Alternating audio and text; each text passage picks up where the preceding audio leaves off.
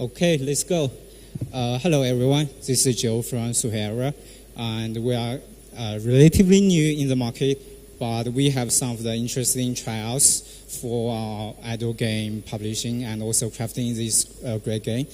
So, as you see here, this game is called Idle Cook.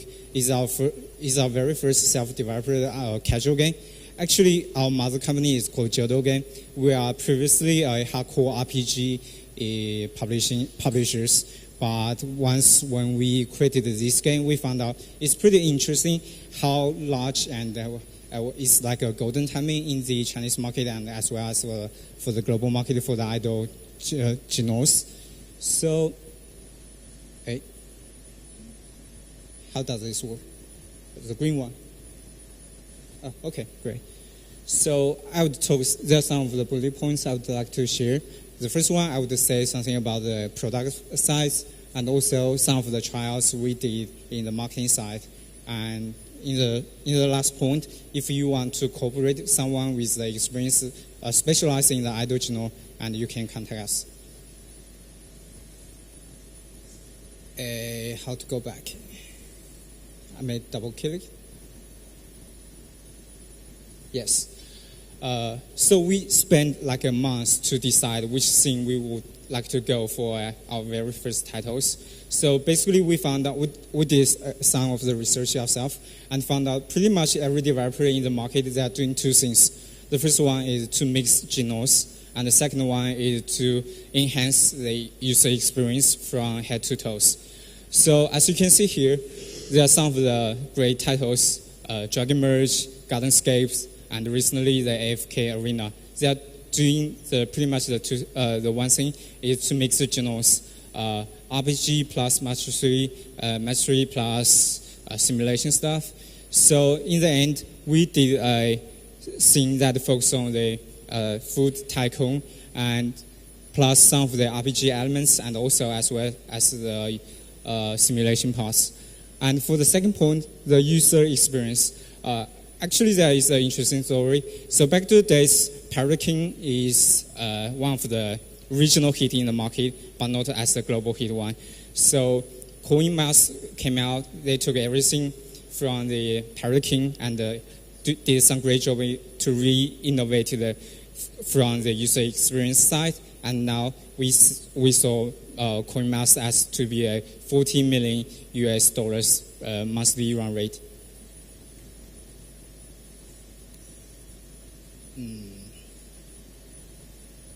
Struggling with this.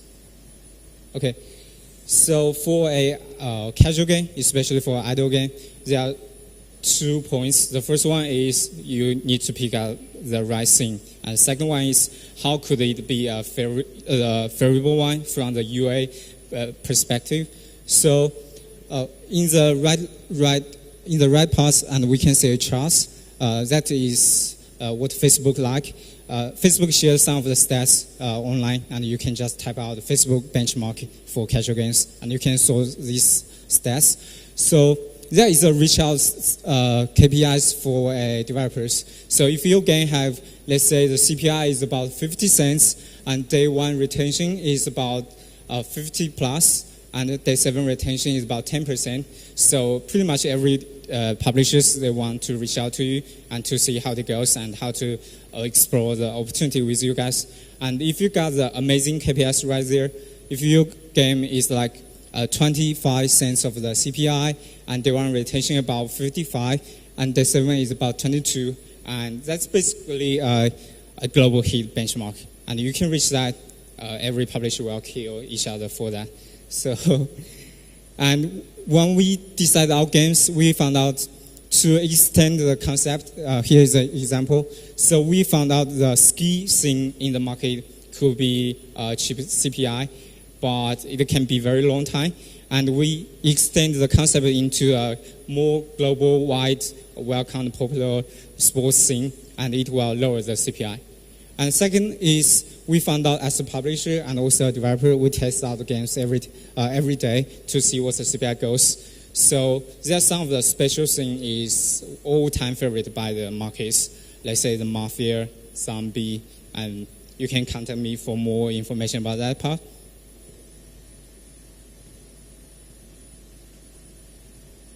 Yeah.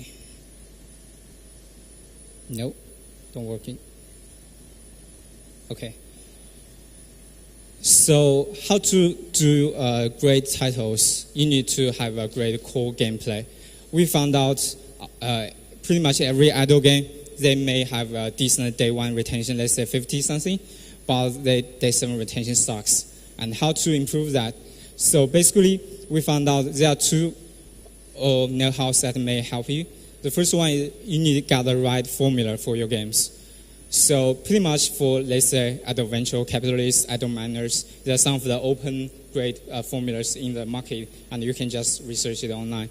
So once you have a good formula, you probably will have a decent day 7 retention, let's say 10%.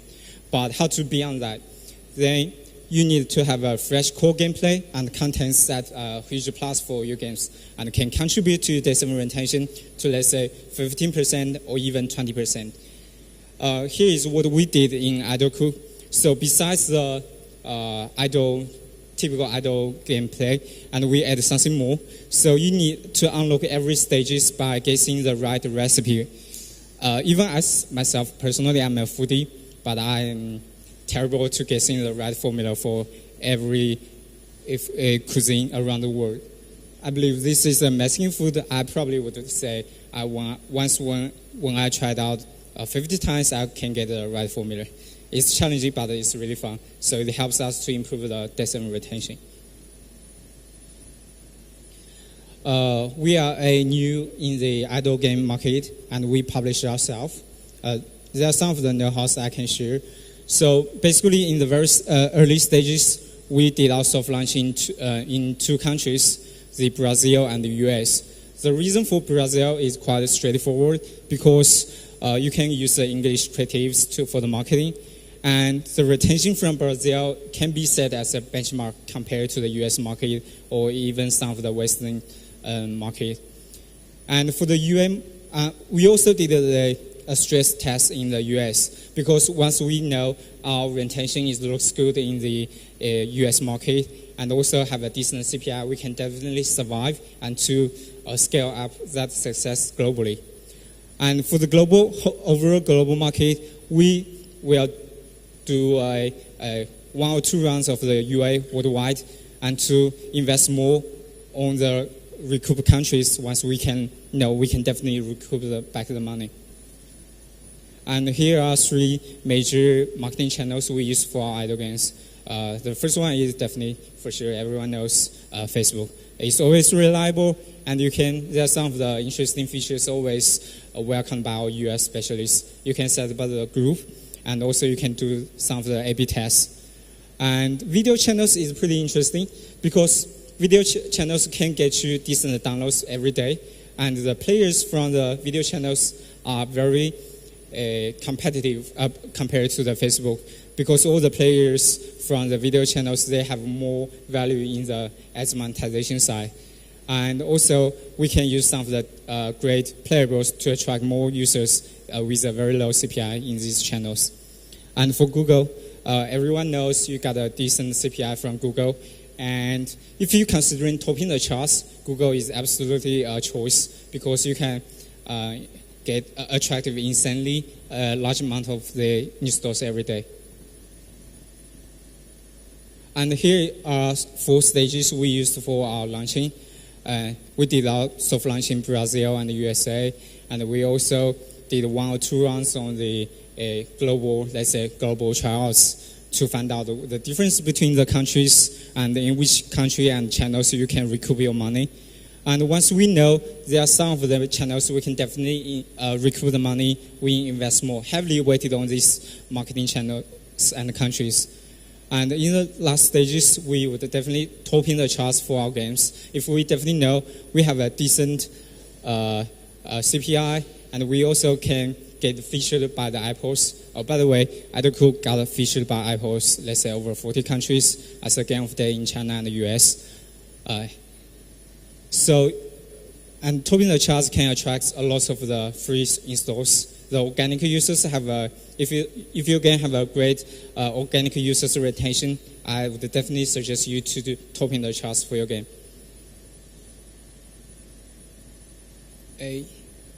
One more time, okay? As a publisher, from a publisher perspective, we did all these things all along with our games. We update the game constantly. For our Adoku, it's like a 2 weeks update, and in the soft launches stages, we update our game every week. And we also did some of the ASO to try to attract more organic users, because in some of the countries, it's a little bit tricky to balancing the cost and the revenue. So once we got some of the decent organic users, it can help us to achieve a positive ROI. And we also improve the ads monetization, because everyone knows ads monetization is tricky. You need to balance the good retention and profit from ads monetization.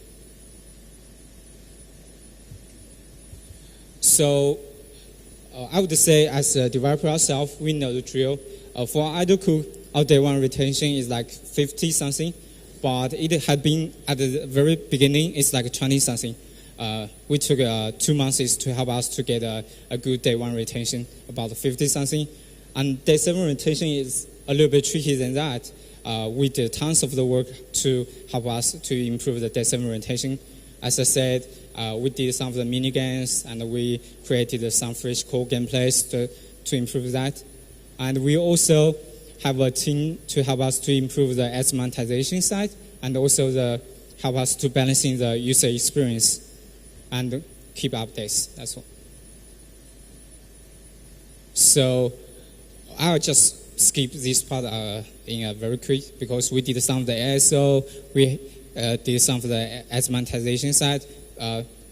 Through our Adoku, we established some of the know-how that can definitely improve for the idle channel.